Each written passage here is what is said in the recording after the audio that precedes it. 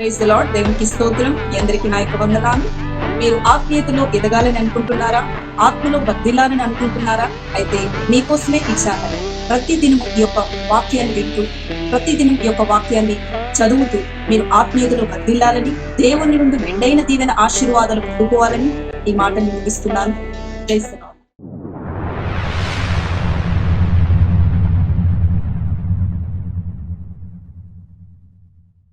సమూయేలు మొదటి గ్రంథము 19వ అధ్యాయము. అంతటి సౌలు, మీరు దావీదును చంపవలసినదని తన కుమారుడైన యోనాతానుతోనూ తన సేవకులందరితోనూ చెప్పగా, సౌలు కుమారుడైన యోనాతాను దావీదు యందు బహు ఇష్టము గలవాడై ఇండి దావీదుతో ఇట్లనెను, నా తండ్రి అయిన సౌలు నిన్ను చంపవలనన్న ప్రయత్నము మీదనున్నాడు. కాబట్టి నీవు ఉదయమున జాగ్రత్తపడి రహస్యమైన స్థలమందు దాగియుండుము. నేను వచ్చి నీవు ఉన్న చేనిలో నా తండ్రి యొద్ద నిలిచి నిన్ను గూర్చి అతనితో మాట్లాడిన తరువాత నిన్ను గూర్చి నాకేమైనా తెలిసిన ఎడల దానిని నీతో తెలియజెప్పుదునెను. యోనాతాను తన తండ్రి అయిన సౌలుతో దావీదును గూర్చి దయగా మాట్లాడి, నీ సేవకుడైన దావీదు నీ విషయంలో ఏ తప్పిదమును చేసినవాడు కాక బహుమేలు చేసిన గనుక, రాజా, నీవు అతని విషయంలో ఏ పాపము చేయకుందువు గాక. అతడు ప్రాణమునకు తెగించి ఆ ఫిలిష్తీయుని చంపగా యెహోవా ఇశ్రాయేలీలకందరికీ గొప్ప రక్షణ కలుగజేసెను. అది నీవే చూచి సంతోషించితివి గదా.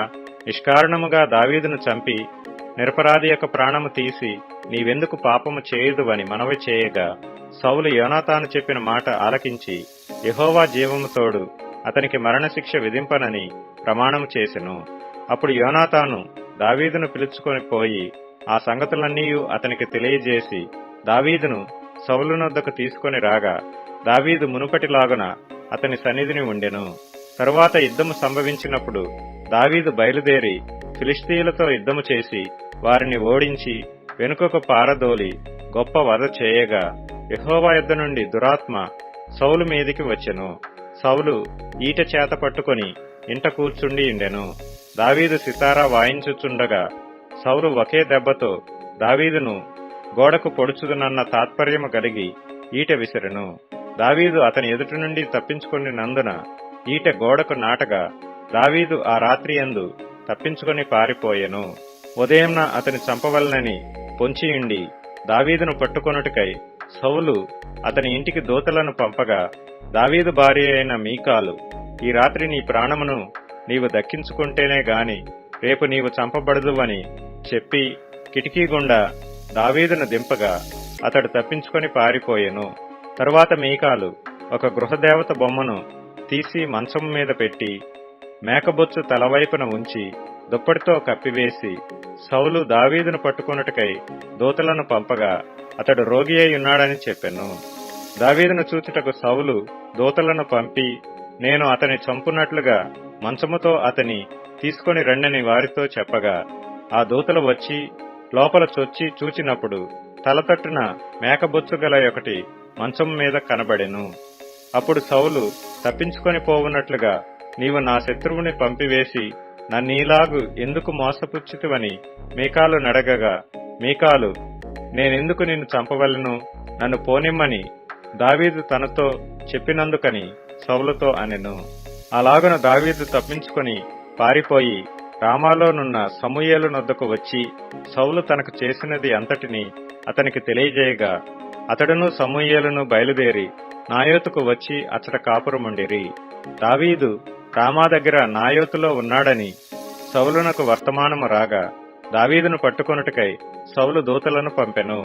వీరు వచ్చి ప్రవక్తల సమాజముగా కూడుకొని ప్రకటించుటయు సమూయేలు వారి మీద నాయకుడిగా నిలుచుటయు చూడగా, దేవుని ఆత్మ సౌలు పంపిన దూతల మీదకి వచ్చిన గనుక వారును ప్రకటింపనారంభించిరి.